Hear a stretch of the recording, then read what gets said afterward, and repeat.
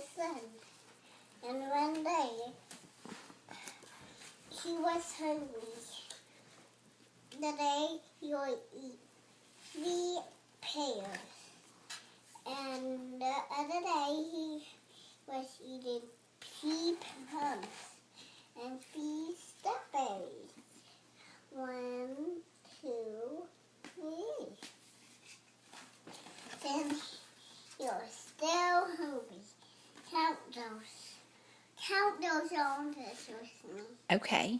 1, 2, 3, 4, 5. And the other day he ate 3 lollipops. Then he was a beautiful butterfly.